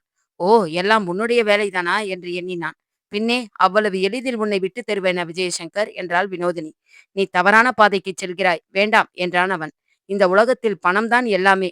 உன்னை விட்டுப் போக நீ எனக்கு நஷ்ட ஈடு தர வேண்டும் விஜய். யோசித்துச் சொல்" என்றவள் விடுவிடுவென்று நடந்து சென்றாள். அவள் செல்வதையே வெகுநேரம் பார்த்திருந்தான் அவன். முதன் முறையாக அவனுக்கு கோபம் வந்தது மனைவியின் மேல். இவள் ஏன் புத்தி கெட்டுப் போய் இவள் சொன்னதை நம்பி விவாகரத்துக்கு முயற்சி பண்ணுகிறாள்? கோபம் தலைக்கேறியதால் தலை பாரமாக கனத்தது. அவளை மாமனார் வீட்டில் விட்டு வந்தது சரிதானா? மனம் இடித்தது. இல்லை, பிரச்சனைக்கு முடிவு இப்படி தனித்தனியே இருவரும் பிரிந்து இருப்பது என்றால், திருமணமான பாதி பேர் பிரிந்துதான் வாழ்வார்கள். அவளை இப்படியே விடுவது சரியில்லை என்று எண்ணினான். டெலிபோன் செய்தான் அவளுக்கு. அவள்தான் போனை எடுத்தாள். "நாம் வெளியில் போக வேண்டும். கிளம்பி தயாராக இரு" என்றான். அவளால் மறுக்க முடியவில்லை. நேராக வீட்டிற்கு சென்றபோது மாமனார் வீட்டில் சோர்வாக அமர்ந்திருப்பது தெரிந்தது. அவரிடம் சென்று, "சாரி மாமா, பிரச்சனையை சரி செய்யும் முயற்சியில் இறங்கப் போகிறேன்.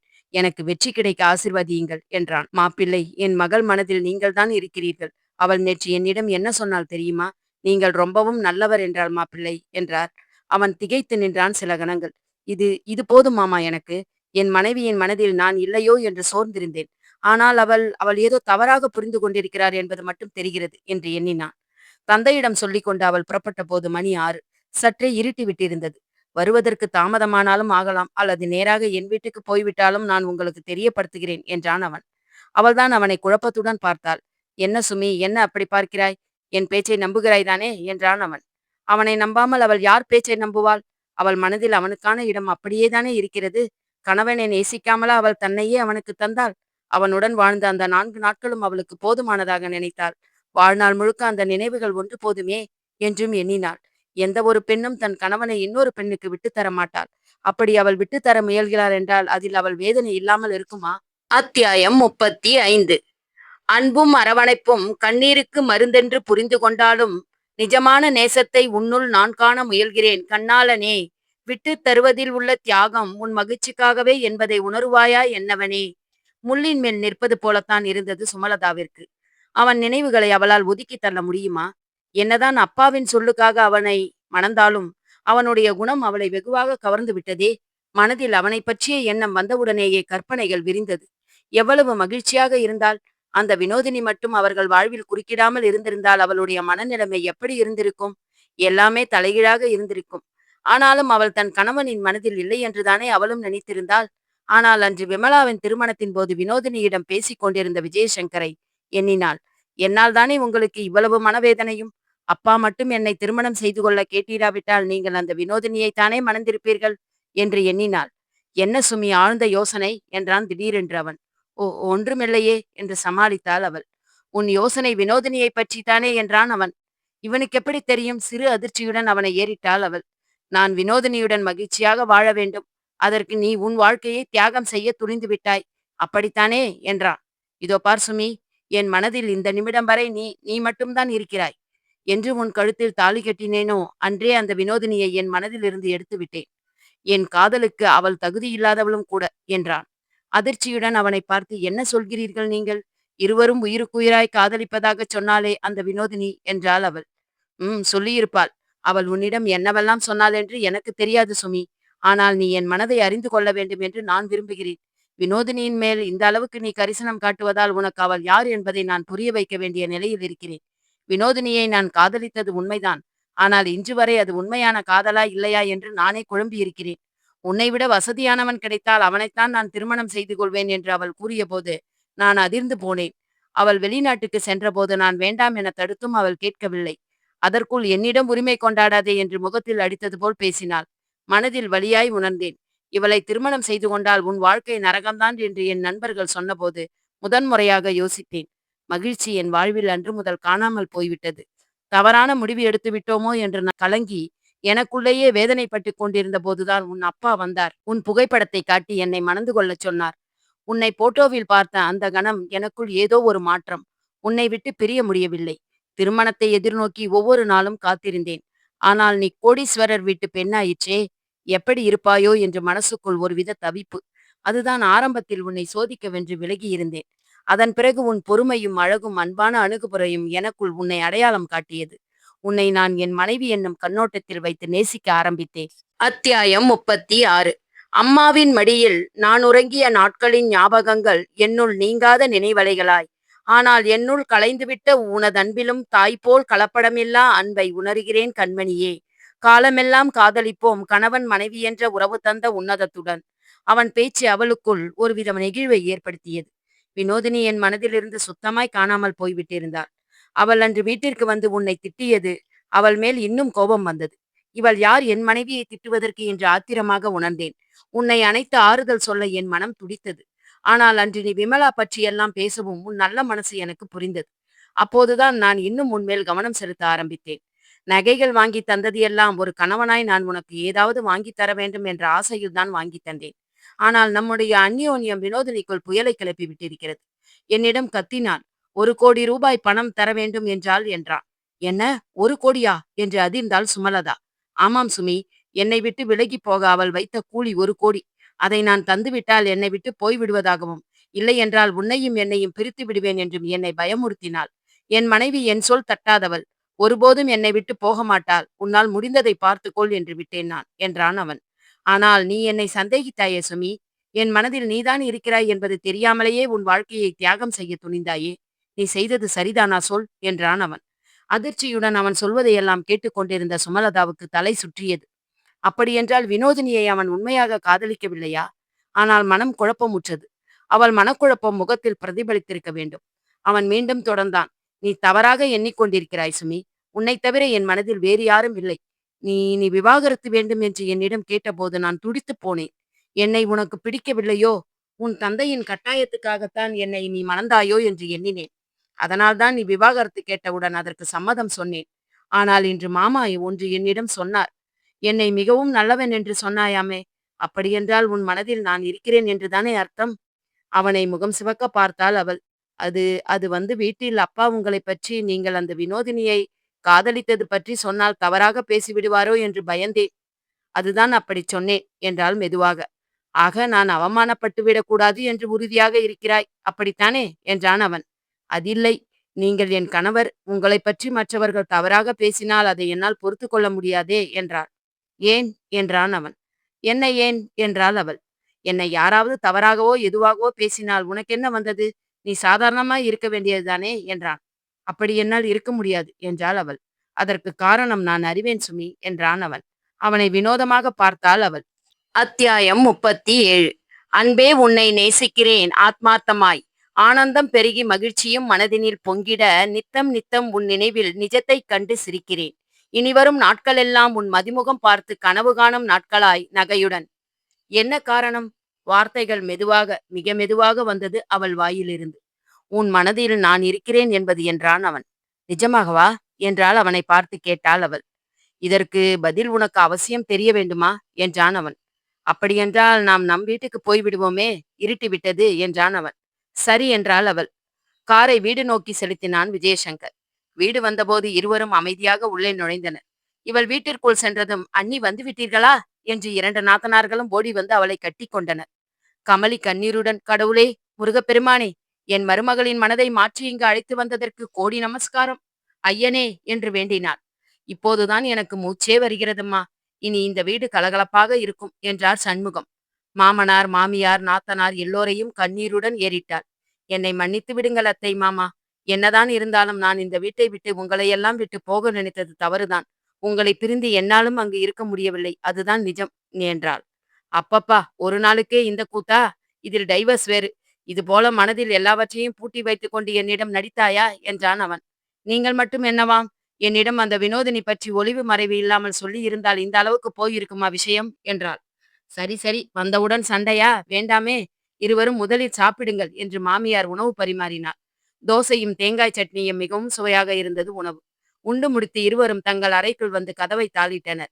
மனைவியை தன் பக்கத்தில் அமர வைத்து, இப்போது உன் முறை சொல். உன் மனதில் உள்ளதை ஒளிவு மறைவு இல்லாமல் என்றான் அவன். நான் உங்களிடம் பலமுறை ஒரு விஷயம் கேட்க வேண்டும் என்று நினைத்து கேட்காமல் விட்டிருக்கேன்.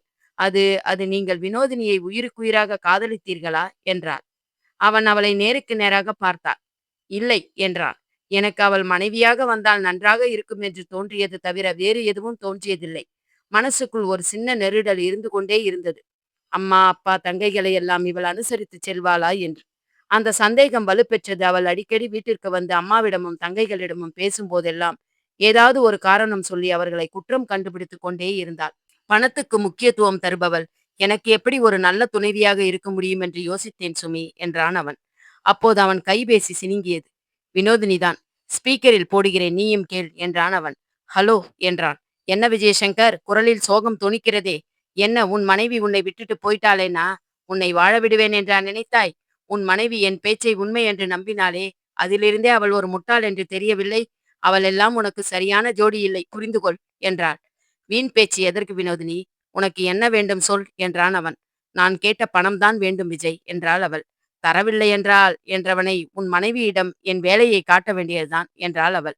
சட்டென சுமி பேசினாள். சபாஷ் வினோதினி, உன் காதல் எல்லாம் இந்த பணத்துக்காகத்தானா? சேச்சே, காது கொடுத்து கேட்கவே முடியவில்லை என்று பொரிந்து தள்ளினாள். அவர் என் கணவர். அவர் மனதில் நான் மட்டுமே இருக்கிறேன் என்பதை தெரிந்து கொண்டேன். இனி உன் பேச்சு என்னிடம் எடுபடாது. ஒன்று செய். என் அப்பாவிடம் சொல்லி உனக்கு ஒரு பெட்டரான மாப்பிள்ளை பார்க்க சொல்லுகிறேன். அது வேண்டுமானால் உனக்கு உதவி என்று செய்யலாம். மற்றபடி நீ அவரிடமிருந்த நயா பைசா கூட எதிர்பார்க்காதே. இனி எங்களை தொந்தரவும் செய்யாதே என்றாள். விஜயசங்கர் அவளை வியப்புடன் பார்த்தான். அவனிடம் நான் பேசியது சரிதானே என்றாள். 100க்கு 100 சரி என்றான் அவன். என் மனதிலும் நீங்கள்தான் இருக்கிறீர்கள் என்பதை நானும் எப்போதோ உணர்ந்து கொண்டேன். அதன் பிறகுதான் அன்று அன்று வெட்கத்தில் தொடங்கி வெட்கத்தில் முகம் சிவக்க தலை குனிந்தாள் அவள். புரிந்து கொண்டவனாய், நீ சொல்லாவிட்டாலும் எனக்கு தெரியும் கண்மணி என்றவன் அவள் காதோறும் அன்றைய நிகழ்வுதானே என்றான். வெட்கமும் சிரிப்புமாய் கணவன் தோளில் சாய்ந்தவாறு மையலுடன் நோக்கினாள் அவள்.